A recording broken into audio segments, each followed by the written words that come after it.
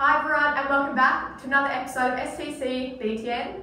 Today I'm lucky enough to be joined by Miss Armstrong to hear about her time as a teacher and other things that she's done. And a quick disclaimer for this episode with Miss Armstrong, we didn't actually realise at the time that she was wearing a green shirt, and because our green screen is also green, it's made her shirt go all invisible.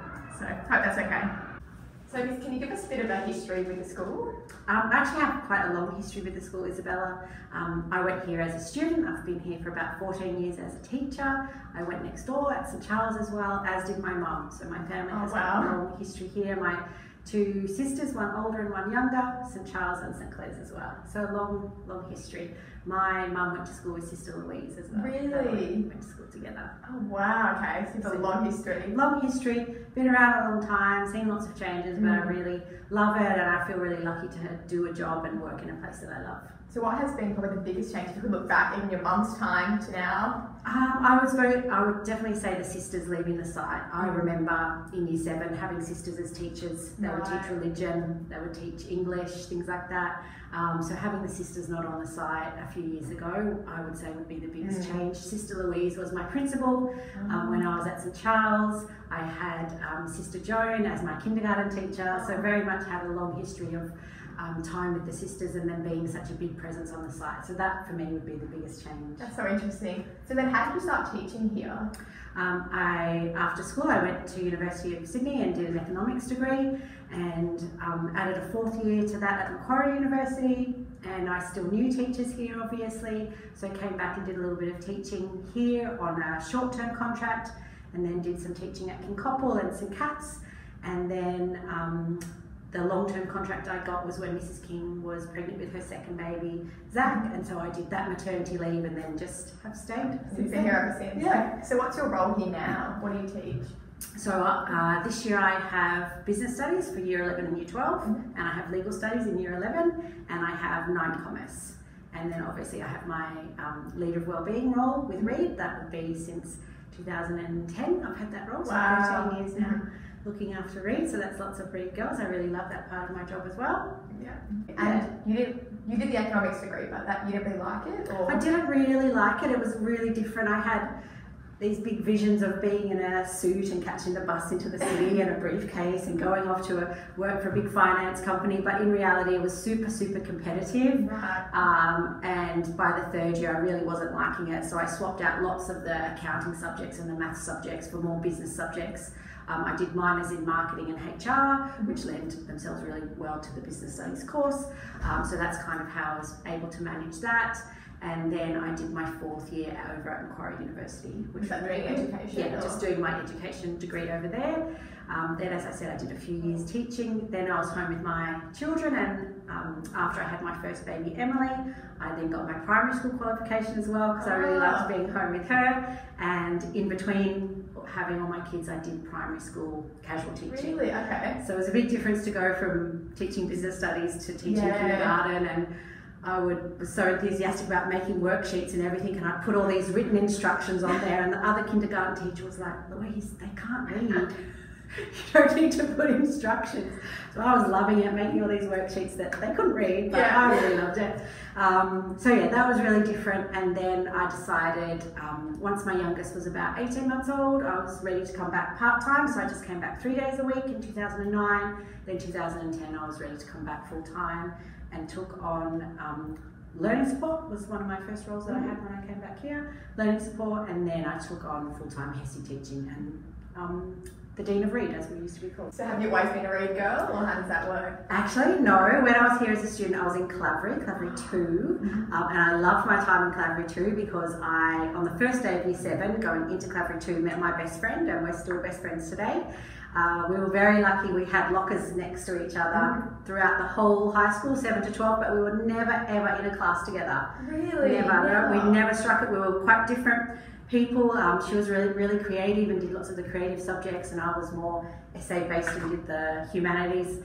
But we had a locker next to each other every year, 7 to 12, and homeroom obviously in Clavry 2 every year. I didn't like having my sisters in the homeroom. No. I've got sisters in there. I didn't like that because you see them in the morning and then you see them at school. I didn't like that part, but I loved having my best friend in Clavry too. And you're still friends with her today? Yeah, I'm still friends with her today. When I returned, I did ask, can I go back into Clavry as a teacher? And there just wasn't a spot at the time. I took a Reed homeroom. That was my first spot back in a homeroom teacher, and then I actually did Dean of Deacon for a term, replacing someone who was doing Dean of Deacon.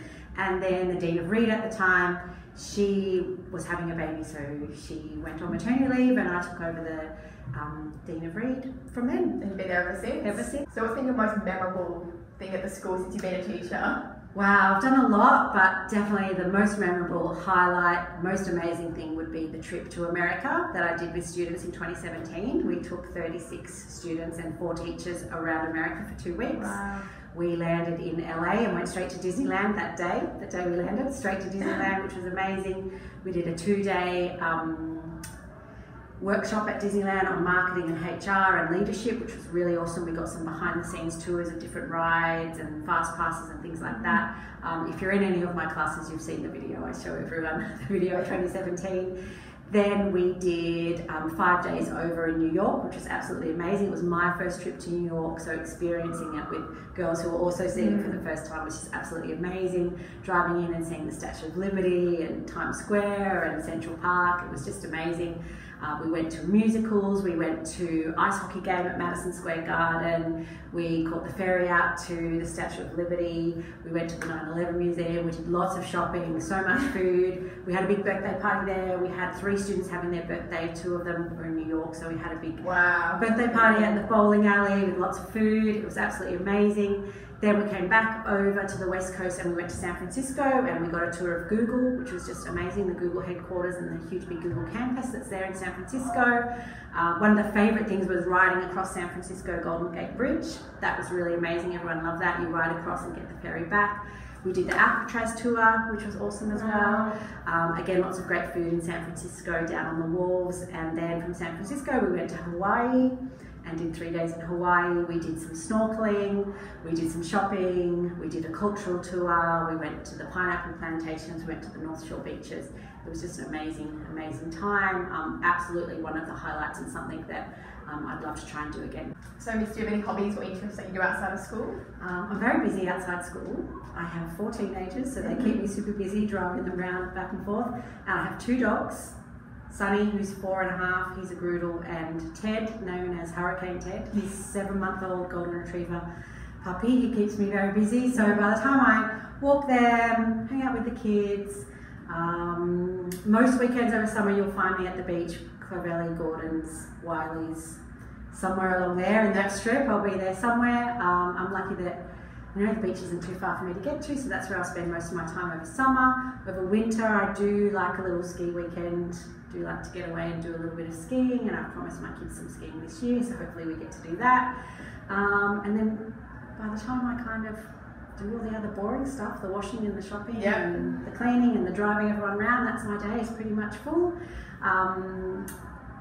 After school, I present for YSAFE. We've definitely had YSAFE presenters here at school, so I do that at other schools, after school and at night to teachers and parents. Okay. So that keeps me busy during the week as well. I do probably 1 or 2 a week of those, presenting to parents and teachers at other schools about cyber safety and all those. Thanks so much for watching this episode of STC BTN, and thank you to Miss Armstrong. I can't believe we've only just got you on the channel. It's been really interesting. Thank you guys, thank you so much for asking me, and I've really enjoyed it. Perfect. Bye. Bye.